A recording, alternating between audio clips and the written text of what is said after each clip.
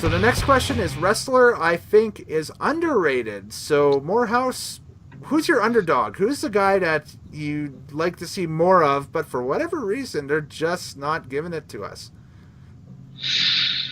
I guess I put underrated as not getting opportunities. Not He is getting TV appearances and he is being pushed, but he's not pushed to the top, and he could actually leave a certain company and become a megastar somewhere else. Mm-hmm.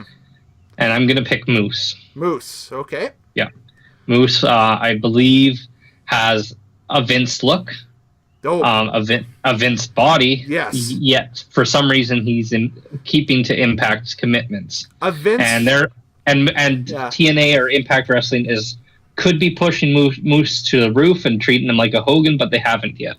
A Vince pedigree as well too. I mean, like you put him in on even like an NXT as it stands right now. The guy played in the NFL. He played with actual decent teams in the NFL as well. Who wouldn't, want this guy on your roster? I mean, and he can move for a big man.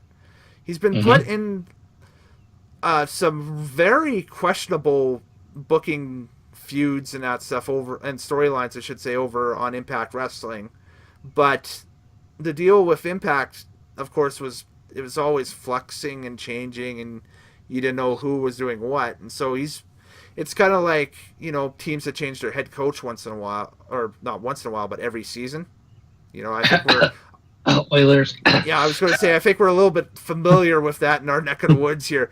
But there's no chance to build consistency at all with, who's driving the booker ship, So he would definitely benefit. And he was over when Ring of Honor did that New Japan, their yearly pilgrimage a few years ago. I think it was 2016 over to New Japan. Yeah, they do the best of the world tours. Yeah.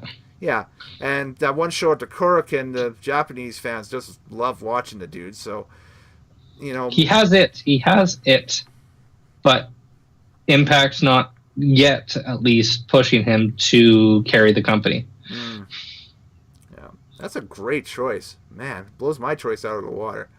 Oh no! Because I feel that the wrestler that I think is horribly underrated is Adam Page of Ring of Honor.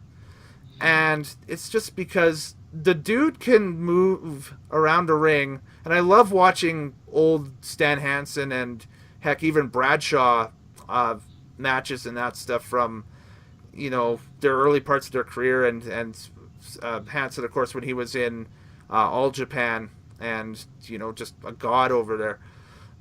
So Page can run around a ring and do the same type of movesets, and then all of a sudden, out of nowhere, the kid busts out a moonsault. I mean, it's like a dude that big, and it's the same deal like with a Moose. A dude that big shouldn't be able to pull off high spots like he can with relative ease, but he can do it with relative ease. So, yeah, Adam Page gets my vote.